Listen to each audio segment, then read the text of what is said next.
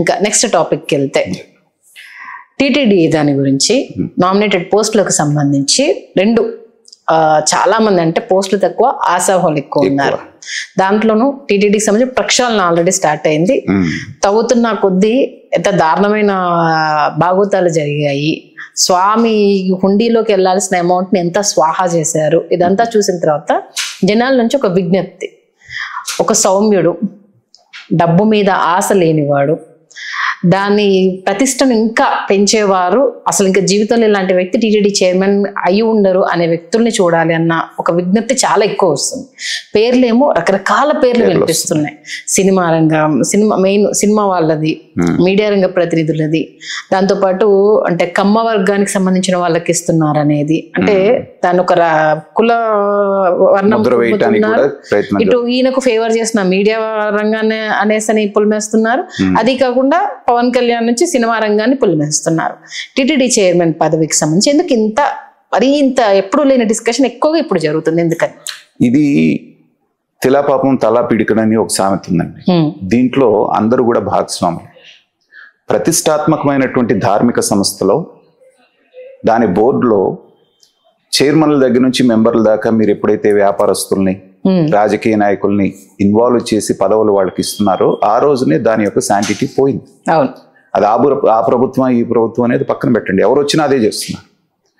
అసలు ఆ దేవస్థానం యొక్క ప్రాధాన్యత ఏంటి, దానికి ఉన్నటువంటి విశిష్టత ఏంటి, ఆ దైవానికి వెంకటేశ్వర స్వామికి ఉన్నటువంటి పవర్ ఏంటి అనేటువంటి భయభక్తుల్ని కలిగినటువంటి వాళ్ళని ఆ పోస్టుకు పెడితే దాని యొక్క ప్రాముఖ్యత ఏంటనేటువంటిది చూసి వాళ్ళు మెలుగుతారు ఖచ్చితంగా. అలా కాకుండా ఎక్కడి నుంచో దిగుమతి అయినటువంటి వాడినో లేకపోతే ఇక్కడే ఉన్నటువంటి రాజకీయ నాయకుడిని తీసి మీరు ఎప్పుడైతే చైర్మన్ చేస్తారో అది ఇలాంటి వాటికి దారితీస్తుంది.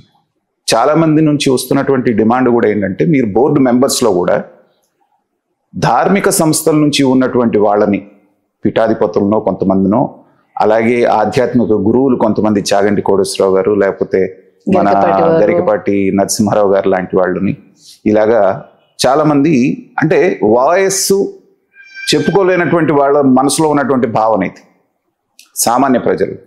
నేను కూడా గతంలో చైర్మన్ పదవి మీద వచ్చినప్పుడు మేడసాని మోహన్ గారని ఒక ఆయన ఉన్నారు. ఆయన అన్నమాచార్య ప్రాజెక్ట్కి డైరెక్టర్గా చేసి ధర్మ ప్రచార పరిషత్కి ఆయన జీవితం అంతా దాంట్లోనే గడిచిపోయింది దేవస్థానానికి. కేవలం ఆయన కమ్మ సామాజిక వర్గానికి సంబంధించినటువంటి వ్యక్తి అని ఈ 5 సంవత్సరాల పాటు కనీసం ఒక ఉపన్యాసానికి కూడా ఆయన పిలవలేదు.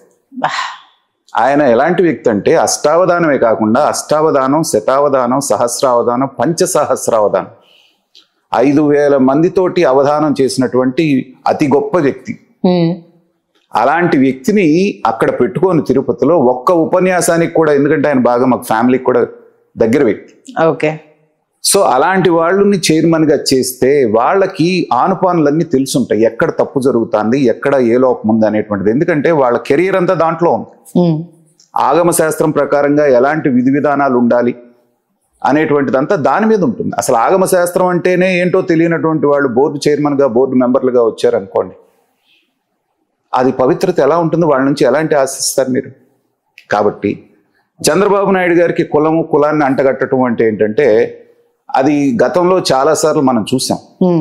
34 మందో 35 మందో డిఎస్పీలు ప్రమోషన్ ఇస్తే దాంట్లో 33 మంది కమ్మ వాళ్ళకి ఇచ్చారు అని ఒక గోబెల్స్ ప్రచారం చేసినప్పుడు దాన్ని డిఫెండ్ చేసుకోవడంలో ఫెయిల్ అయ్యారు తెలుగుదేశం వాళ్ళు.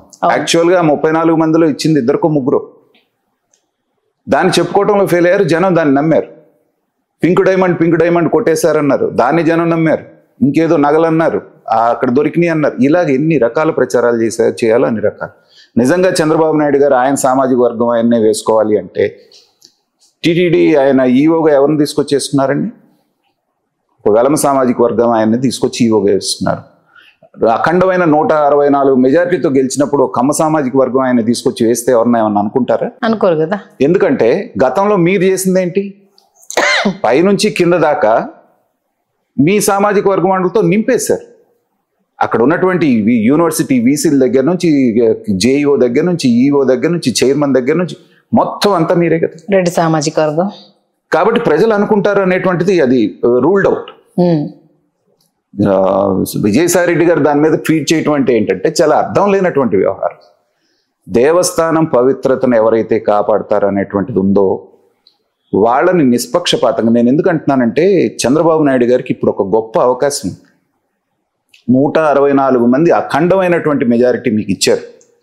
మీరు అనుకున్నది వాడేమనుకుంటాడు వీడేమనుకుంటాడు అనేటువంటి దాంతో నిమిత్తం లేకుండా ఈ 5 సంవత్సరాలు మీరు చేయాలి, మీరు ధర్మం అని భావించి ప్రజలకు ఉపయోగపడేది మీరు వెనక ముందు చూడకుండా వెళ్ళిపోతే ఆటోమేటిక్గా ప్రజలు మీ వంకుంటారు.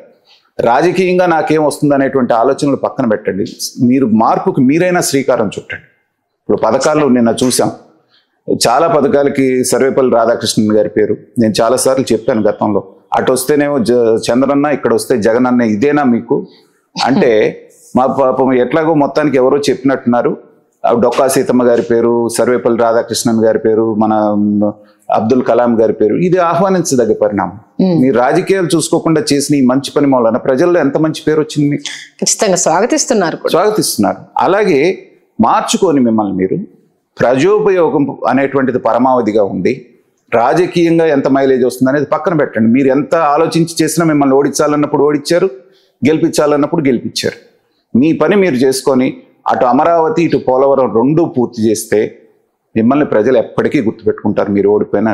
కాబట్టి ఇలాంటి ధార్మిక సంస్థల్లో, అందులో ప్రజల సెంటిమెంట్తో కూడుకున్నటువంటి చాలా మంది ఆంధ్రులకి, ఇటు తెలంగాణలో ఆంధ్రాలో ఇలవేల్పాయి. ఖచ్చితంగా అక్కడ తప్పు జరిగితే ఎక్కడ జరిగినా క్షమిస్తారు, కానీ అక్కడ జరిగితే మాత్రం ప్రజలు ఒప్పుకోరు. కాబట్టి మీరైనా సరే ఒక్కసారిగా అందరినీ తీసేయమని మేము అంటలేదు, ఎందుకంటే మీకుండే రాజకీయ అవసరాలు మీకు ఉంటాయి. కొంతమందినైనా 50-50గా ధార్మిక సంస్థలో ఆ అనుభవం ఉన్నటువంటి వాళ్ళు, ధర్మాన్ని పాటి చెప్పే 10 మందికి బోధించేటువంటి వాళ్ళని మెంబర్స్గా తీసుకుంటే చాలా వరకు ప్రఖ్యాళన చేసినట్టు అవుతుంది. మళ్ళీ దీంట్లో కూడా ఇంకో సందేహం, ఎవరున్నారండి అలాంటి వారు? పీఠాధిపతులు కూడా రాజకీయ నాయకులతోటి అంటగాగుతున్నారు అన్నవి మనము కళ్ళ ముందు చూసిన నిదర్శనాలు ఉన్నాయి. అలాంటి వ్యక్తులు ఎక్కడ దొరుకుతారు? ఉన్నారమ్మా, ఎందుకంటే లేరని మనం అంటానికి లేదు. ఇప్పుడు అన్ని మత ప్రచారం మిగతా దగ్గర జరిగితేనేమో వాళ్ళ వైపు నుంచి జరిగితే నేరం కూడా, వాళ్ళ దగ్గర వచ్చి మాత్రం యథేచ్ఛగా వాళ్ళు చేసుకుంటారు. మన కొండ అని చెప్పిన తర్వాత కూడా స్టిక్కర్లు వేసుకున్న వెహికల్స్ రావడము, అక్కడ ఎంత పవిత్రతను కాపాడదామని చూసినా ఎన్ని రకాలుగా మాంసము, మద్యము, పాస్టర్లు వెళ్ళేసి అక్కడ తిష్ట వేయడము, ఇలాంటి ఆరోపణలన్నీ ఎక్కువ ఎప్పుడు విన్నామమ్మా మనం గత ప్రభుత్వ హయాంలో. యథా రాజా తదా ప్రజ. మీకు దాని మీద శ్రద్ధ లేనప్పుడు మీరే అక్కడ సంవత్సరానికి ఒకసారి జరిగేటువంటి పవిత్రమైనటువంటి బ్రహ్మోత్సవాలు లాంటి కార్యక్రమాలకి సాంప్రదాయబద్ధంగా భార్యతోటి అటెండ్ కాకుండా, దంపతులు వెళ్లకుండా, మీకే అక్కడ నమ్మకం లేకుండా మీరు ఇంట్లో సెట్టింగ్ వేయించుకొని దేవుణ్ణే మీ ఇంట్లో పెట్టుకున్నారు అంటే ఎంత కండకావరం, ఎంత అహంకారం. ఈ మాట అంటానికి నేను వెనకాడట్లేదమ్మా. ఎంత అహంకారం, ఎంత కండకావరం ఉంటే ఆ పని చేస్తారు ఎవరైనా సరే. భగవంతుడి దగ్గరికి మనం వెళ్తామా? మన ఇంటి దగ్గరికి భగవంతుడిని తెప్పించుకుంటామా? ఇవాళ ఇంత దారుణమైనటువంటి ఓటమికి నంగనాచులాగా ఎందుకు జరిగిందో మాకు అర్థం కావట్లేదు అన్నారు. ఇవన్నీ ఊరికే పోతాయా? కర్మ సిద్ధాంతం అనేది ఒకటి ఉంది కదా మనకి. కాబట్టి ఇకనైనా ఎవరితోటైనా ఆటలాడొచ్చు, కానీ వెంకటేశ్వర స్వామి తోటి ఆటలాడకూడదు. గతంలో అనేక సందర్భాల్లో నిరూపితమైంది. మనం సంఘటనలు కోట్ చేయాల్సిన అవసరం లేదు. మనం చెప్పకపోయినా వెంటనే వెలుగుతుంది. ఏం చేశారు, ఎలాంటి రిజల్ట్ ఇచ్చారు అనేటువంటిది. మీరు సాంప్రదాయాన్ని పక్కన పెట్టి మీరు చేసినటువంటి విన్యాసాలు ప్రజలు గమనించారు, దేవుడు గమనించారు. కాబట్టి ఇవాళ మీకు ఈ దుస్థితి పట్టింది. కాబట్టి ఇకనైనా విజ్ఞత ప్రదర్శించండి. దేవుడి దగ్గర కూడా కులాల రచ్చ అనేటువంటిది, మనం గతంలో ఈ మినిస్టర్ని, రోజాని, వీళ్ళందరినీ చూసాం.